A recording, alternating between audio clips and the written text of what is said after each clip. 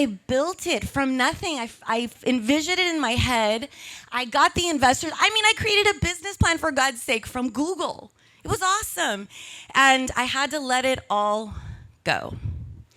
I want you to picture this. This was a nightmare, and I created that. I envisioned it, and poof, it was gone. I mean, it was heartbreaking.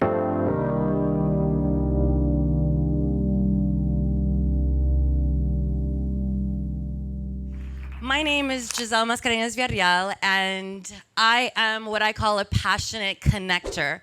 I mean, most people would probably say I'm a PR specialist, but I believe I can connect you with your genius, and I have the ability to show you how to share that with the world.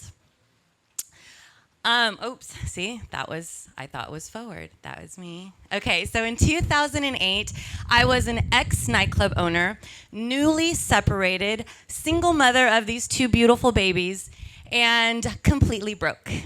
I mean, $30 in my pocket broke. So, but I had this deep desire to make my mark in the world. And even though my over decade of marriage wasn't a success, it was my university, because I truly graduated with honors in business and fucking grit, I'm gonna tell you.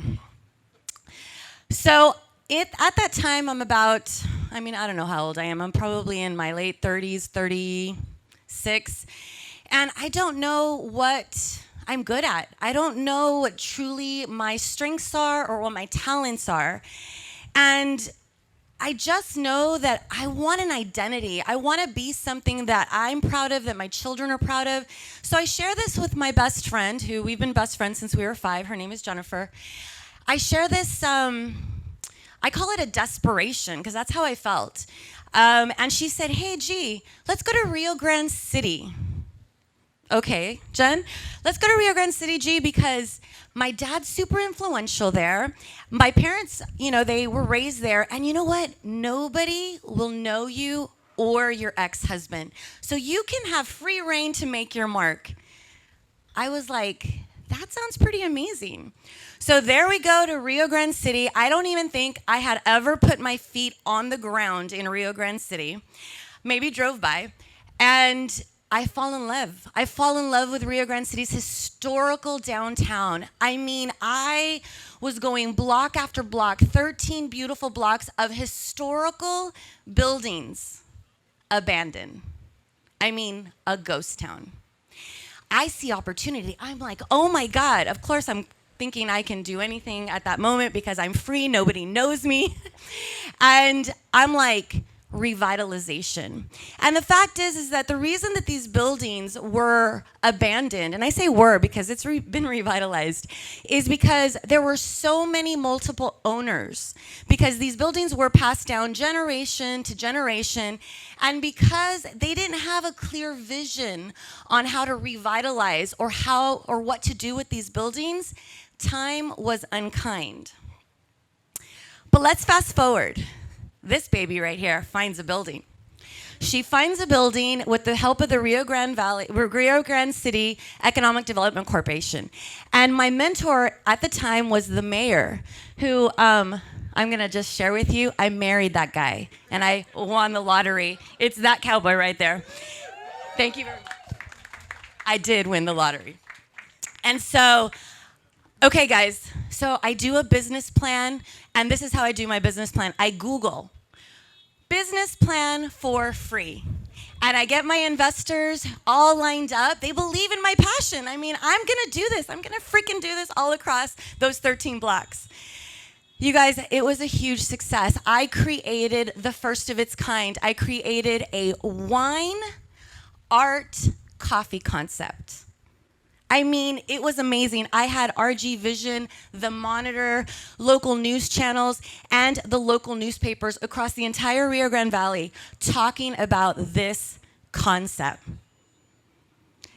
Our opening night was a huge success.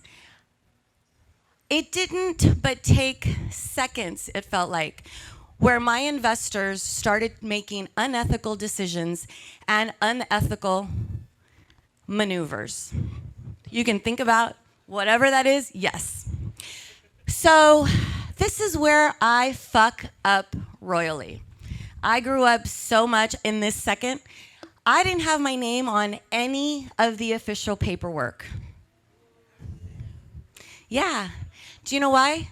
Because I was going through a divorce, remember? And I believed that he would take, remember I had $30 in my pocket? That he would take everything from me because we weren't divorced yet. Damn. Wasn't she sweet? Idiot. So, the fuck up was this girl, all she gave a shit about was ego. I needed the world to believe that I could accomplish anything. I didn't need me to believe it. I wasn't doing it for me. I was doing it to prove to everybody that I was capable. After months of all this hard work, I lost everything. The thing is that I knew, because ethically, I've always been a straight and narrow. So I knew I couldn't stay. But shit, I mean, I built it from nothing. I envisioned it in my head. I got the investors. I mean, I created a business plan, for God's sake, from Google. It was awesome. And I had to let it all go. I want you to picture this. This was a nightmare. And I created that. I envisioned it and poof, it was gone. I mean, it was heartbreaking. So I go to the landlord, right? And I tell him what's happening. I tell him that I can't be a part of the business anymore. And you know what he tells me? Okay, whatever. I'm like, what? Okay, yeah. I mean, what did he care? I literally took his shambles of a building that used to be a law office over 2 decades ago. It was completely abandoned. And I knocked down walls. I did the plumbing. I redid all the electrical. I did a new roof. I mean, I created an ambiance, something that Rio Grande City or the entire valley had never seen. And yep, he was like, peace out, whatever. Because, I mean, I just increased the value of his building a bazillion %. And when I walked out of that place, I felt like a freaking loser, completely empty. I was a failure. Oops. But the thing I learned is that I learned that I needed to understand my purpose. I learned that I needed to lead with authenticity. I learned that I knew what I was capable of, and I didn't need to fucking give a shit if you cared about what I was doing or not. I needed to lead with the passion and the value that I knew I could bring people. And the thing is that I realized I needed to fucking sign the paperwork so that I could, at least I could like really take care of my interest, right? And the other thing that I really learned is that I need to be patient. And I really want to stress that to you guys. Focus on what you want to do. Focus on how you want to change your world. But be patient. It's not going to happen overnight. And be clear what your intention is, and be clear about expectations. That girl, that's me. That's me now.